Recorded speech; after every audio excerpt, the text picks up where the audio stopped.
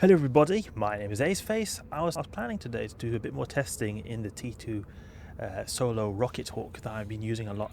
It is a very reliable abyss fit. I've been having a lot of success with it, and especially for its price and what it is able to achieve, it is a really overall great fit.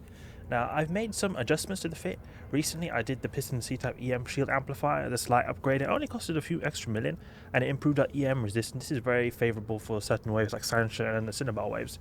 Another advancement I made was that I actually trained a rocket specialization to level 5. And even though it's a very slight upgrade in terms of our DPS, it is very powerful, because one of the things that I worry about in this fit is that we encounter rogue drone overmind waves. And rogue drone overmind waves, they take such a long time to do. We previously did one and it came very close in terms of the, like, if we were to do that time 3 times in all the waves, then we would come close to dying. So I feel like the DPS could be slightly increased, and that is something that we increase with the rocket specialization. And then another one is also that I use this fit normally with a blank clone, a completely blank clone. I don't need any implants for this fit. But I thought that us just like 1.86 million extra on the price gives us slightly extra DPS as well. So we've got these 2 basic implants right here, so we can plug them in. You can see here we get 344 DPS. So we've got actually a pretty high damage ship right here, pretty potent, pretty strong. And I think that this will also help a lot in the rogue drone overmind waves. So just this slight extra will be alright, because as long as we just complete the whole site in 20 minutes, it should be alright. If I perfectly do everything, the rogue drone overmind wave seemed to previously be just about right, but now it should be safe. And then another big thing, I think this is even bigger than all this implants and extra skills that we changed, is that now I've added some Inferno Rage Rockets to the arsenal right here. The reason is because if we go in the Twillit Abyssal Overmind, that's the T2 Abyssal Overmind. If we look at his resist profile, he's got a resist profile that is very unfavorable for the natural damage type of the Hawk, because he has got 77% kinetic resist right here, and the Hawk naturally does a lot of kinetic damage because of its bonus to Scourge missiles. That is good, but when you've got a resist profile like this, it's not so great, because his highest resist is kinetic, so his armor is going to go down very, very, very slowly. So that's why I added some thermal missiles that we can now target the lowest resist profile in his armor, the thermal one. And I'm pretty sure that this will go quicker than using kinetic missiles for the 77%. And especially since we're not doing like any kind of exotic site, we're doing T2 dark sites here. It doesn't matter which resist type we do. It's not like, oh, okay, this will be lower than it normally would be. It's going to be just the same as it says here. So it'll hopefully go a lot quicker.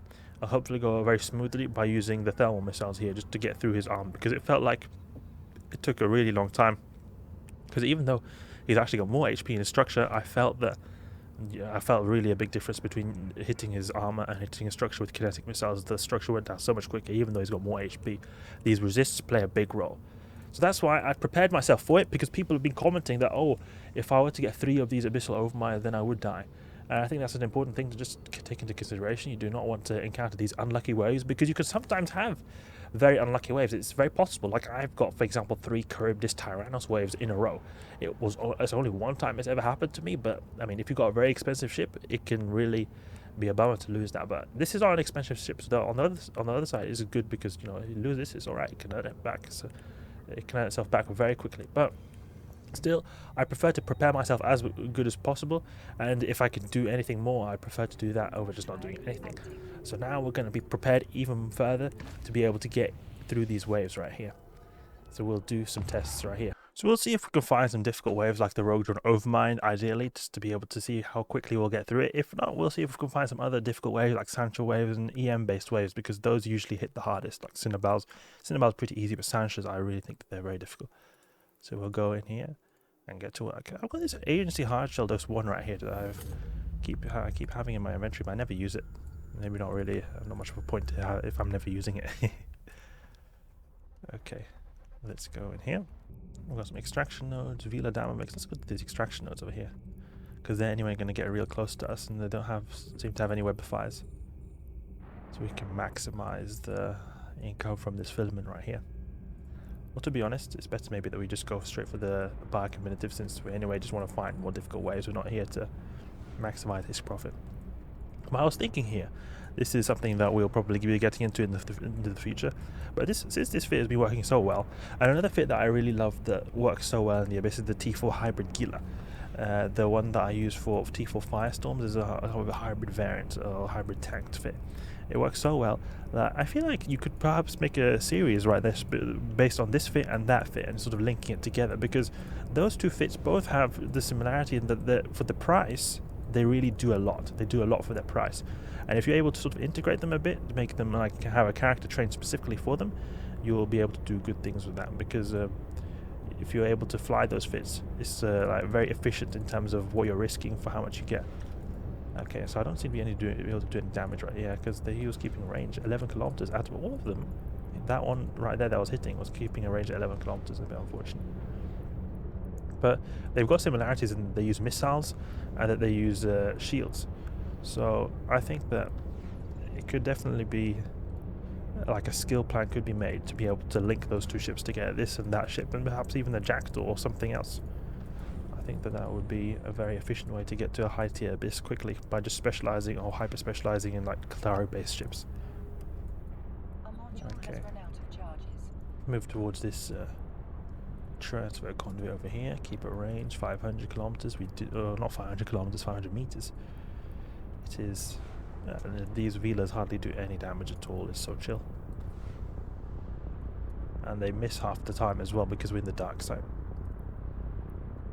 We can just sit here still, not have to worry about a thing. We just tank through it, no problem. Some of these guys seem to be wanting to keep their sweet range actually, and that's not good because these missiles are not hitting because our rockets are pretty slow, and for their speed it can be a bit of an issue. You can see here I'm not able to hit them at all. So what we'll do here is switch over to Scourge Javelin, because this is the same. I have the same problem with regular dynamics as well, but I was thinking maybe we don't have the same problem with these Velas, but it seems like we are when they're going too fast so that our missiles cannot even hit them. This is very unfortunate because these javelins have more range and faster speed than the classical Rage Rockets, so they'll always be able to hit, and they also have better signature radius as well, I believe, so they're able to do a bit more damage in that regard, like better application going on. You see here, now we're actually able to hit properly.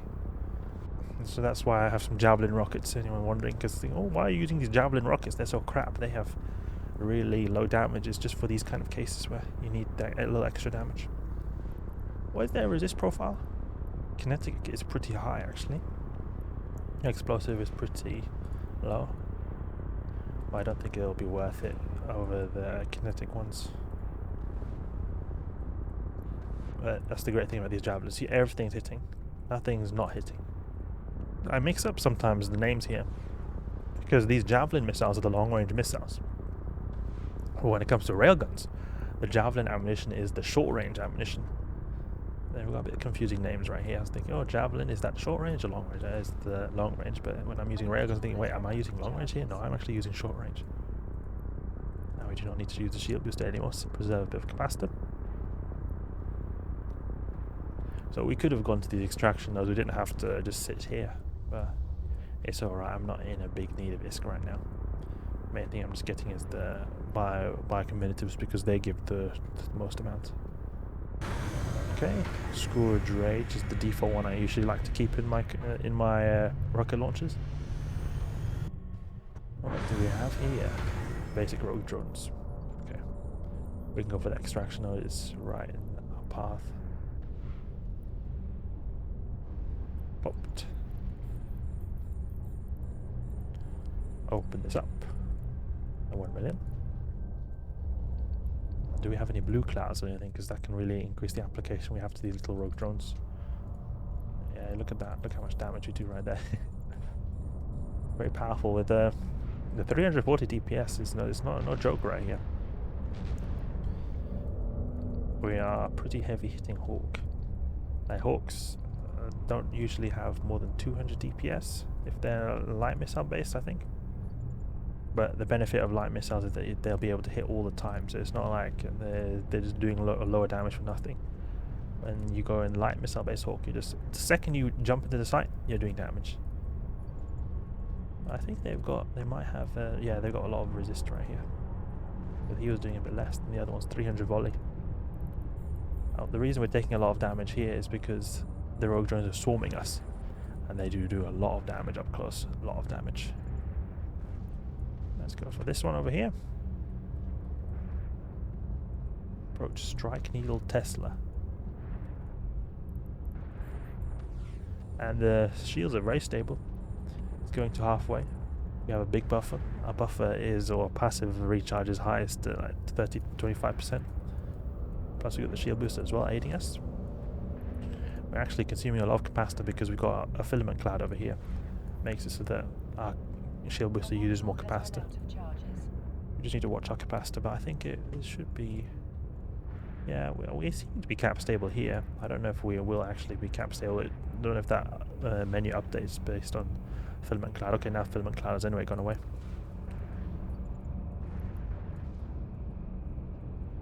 Strike Needle Tesla. Yeah, I don't feel like we're doing a full application right here because 400 volley.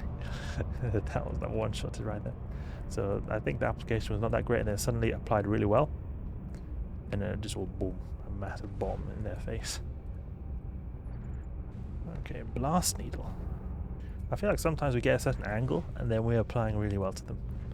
That's when it goes really well. Otherwise it just goes it's not at all that great. Like 130 damage right here, and then suddenly you just get those massive volleys. Yeah, let's go to the biocommit of cash. Harrowing Vedmak. Tangling Damavix. This is a pretty easy wave. All we do here is really orbit the Vedmak up close, and then go for the Damavix. We're going to have to use Javelin missiles. Actually, no, we'll go for the Vedmak first, because he's going to spool up and do a lot of damage. So preferably, I would want to take him out first. The only issue is that the Damavix will help this Vedmak apply to us, but I think it'll be alright. See if we can keep range and just orbit 500. It's a bit difficult when he's going pretty fast. Vedmaks are pretty fast ships, especially when they've got these Damavix assisting them. Yeah, I maybe should have gone for the Damavix, but I think it's alright. It seems to be turning out pretty good right here. Even though we're hardcore webbed, we're missing quite a bit of damage just by orbiting like this. And we're doing full damage to him as well. Yeah, it doesn't seem to be much of an issue. I was thinking that we're toast now that we've got the Damavix on us, but we seem to be anyway avoiding a lot of this guy's damage.